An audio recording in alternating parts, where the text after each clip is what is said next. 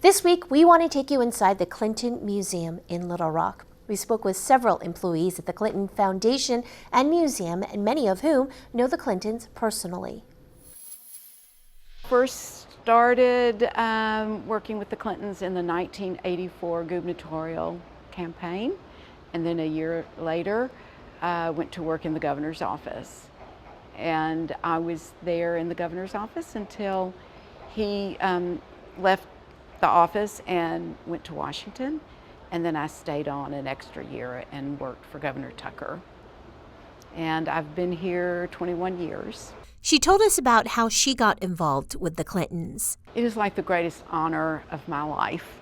I tend to get emotional when I talk about it, because to have had a mentor in your life, just one, who was the governor of a state you hardly knew, because I'm not an Arkansas native, and then to have someone like Secretary Clinton in your life, the two of them who took a chance on a kid from Alabama that nobody knew, was just the most amazing moment in my life, and I owe everything, professionally and probably personally, to them.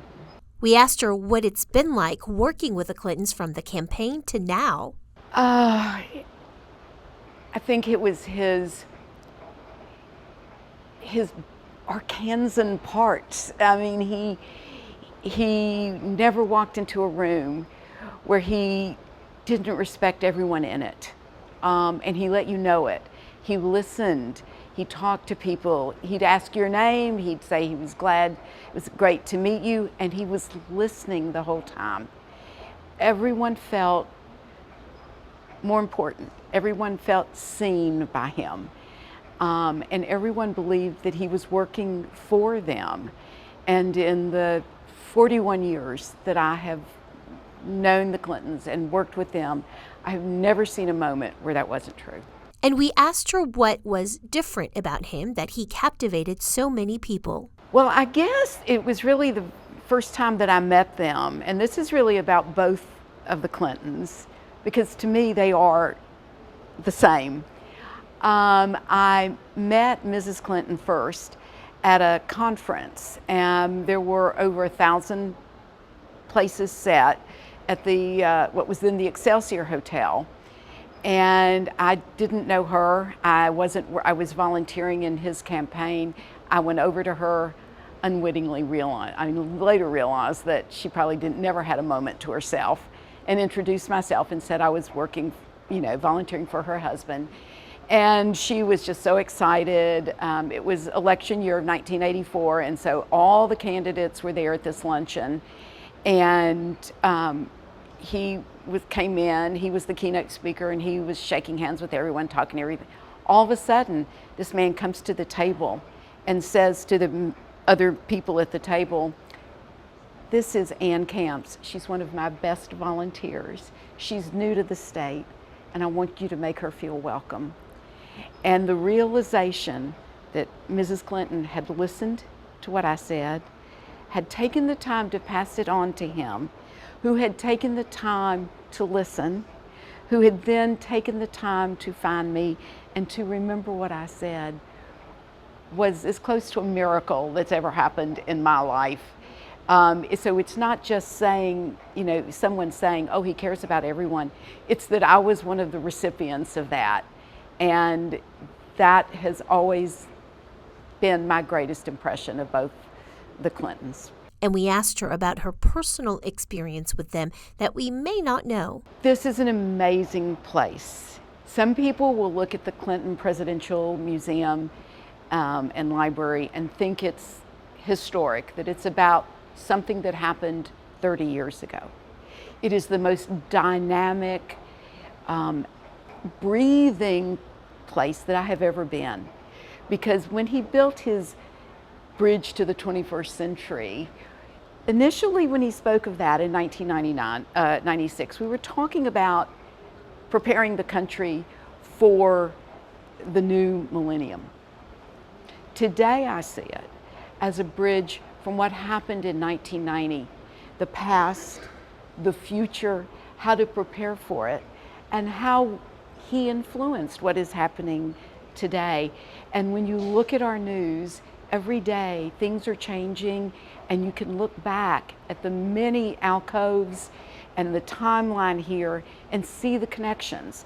That's true for any presidential library.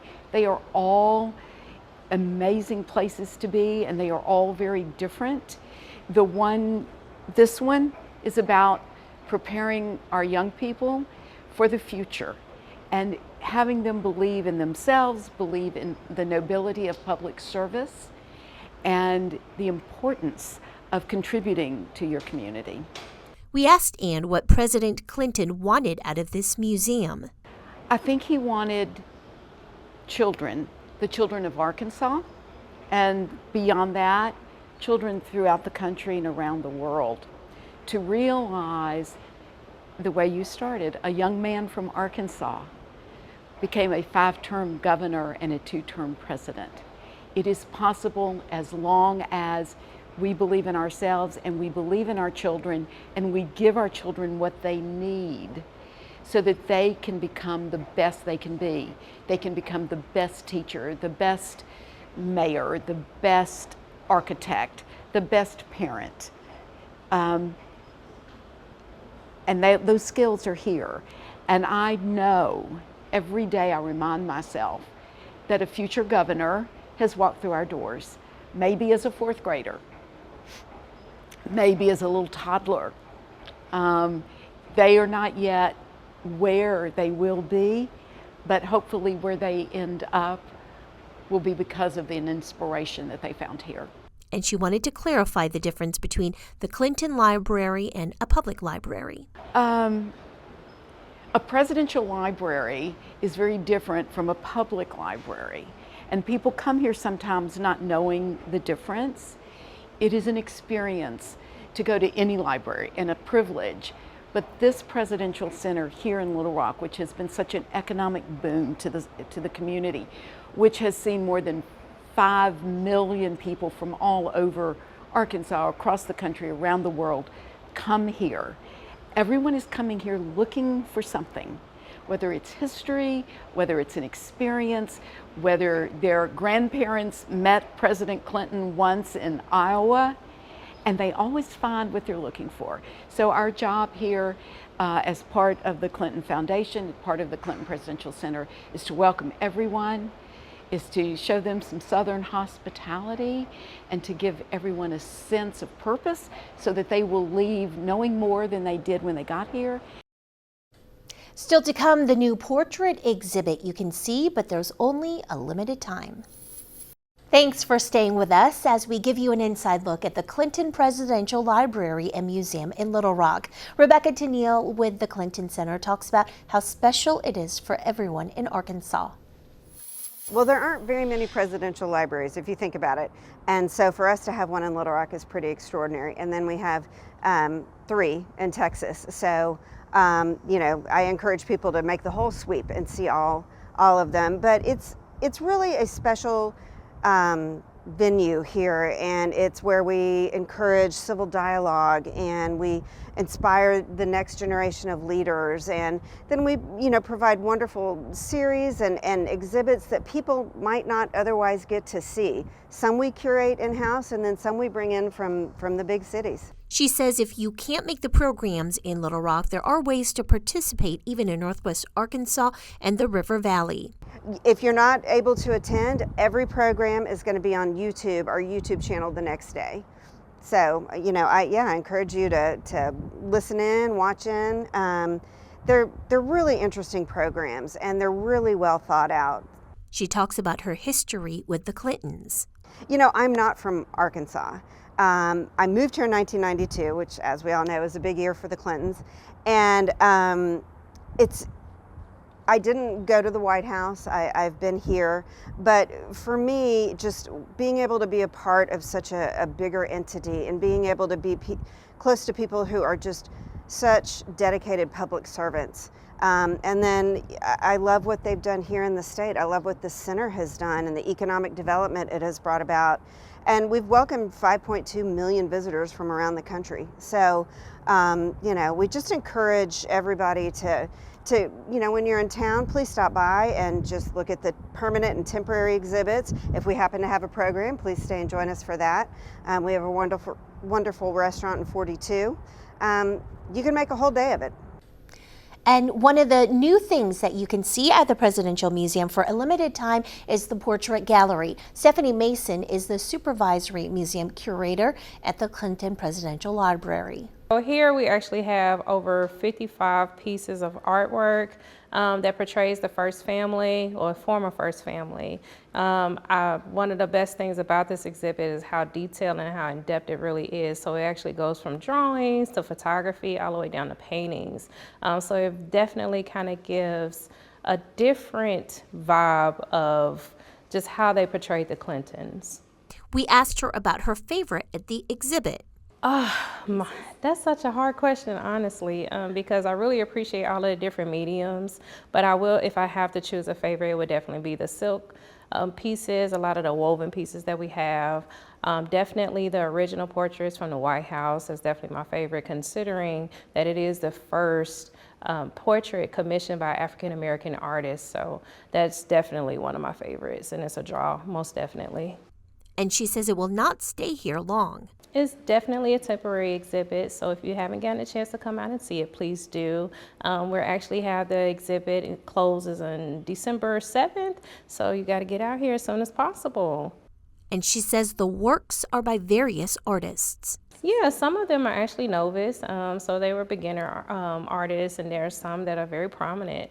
So like we have a few pieces by Faith Ringgold. We also have Chuck Close. Well, still to come, the educational programs offered at the Clinton Museum to kids and adults alike and how you can take advantage of them. There are a variety of ways to learn at the Clinton Museum and Library, and we talked to the Director of Education and Public Programs for the Clinton Presidential Library, Kathleen Pate, who says it's important to offer programs like this to the public. We want to make sure that our visitors are not just coming once, but coming back to see us again. And so bringing in speakers, creating new temporary exhibits, whether that's something that's created in-house or something that we bring in as a traveling exhibit. We want to keep people coming back. For our students, we want to make sure that students understand how our government works. So our primary goal is increasing civic literacy, inspiring civic engagement, and those two things together are going to help improve civic health in Arkansas. So just a basic understanding of the Constitution, the three branches, the checks and balances. With the president, I like to call him the 4 C's. The president is our chief executive, he's our commander-in-chief, he's our chief diplomat, and our ceremonial head of state.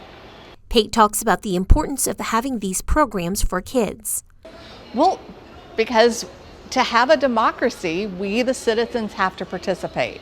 And so we really stress the importance of not just voting, but also being aware of issues and understanding at what level your issues can be addressed, right? So if you have a pothole in the corner by your house, you don't write a letter to the president, right? So understanding how government works and the role of the people. Up until last October, I was the education specialist, and that is a role that I started 2 years and 2 weeks before we opened, so in November of 2002.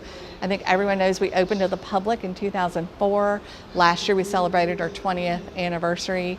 In a couple of weeks, I guess about 6 weeks, I'll celebrate my 23rd year.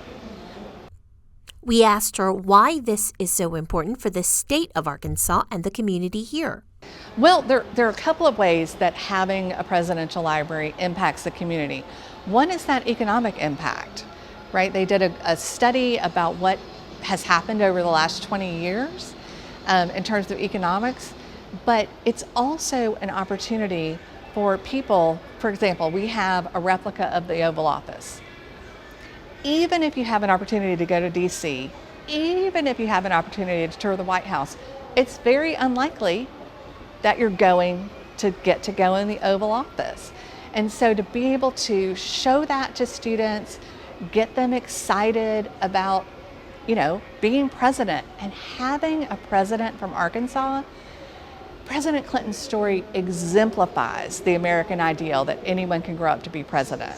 We have a person who was born here, raised here, grew up here, went to school here, and became the 42nd president of the United States. I mean, what an inspiration. And his continued public service in the post-presidency. So we refer to that as a lifetime of leadership. So it really sets a great example, not just for students, but for adults as well, to remember that we play a role in our communities, in our nation, and it's up to us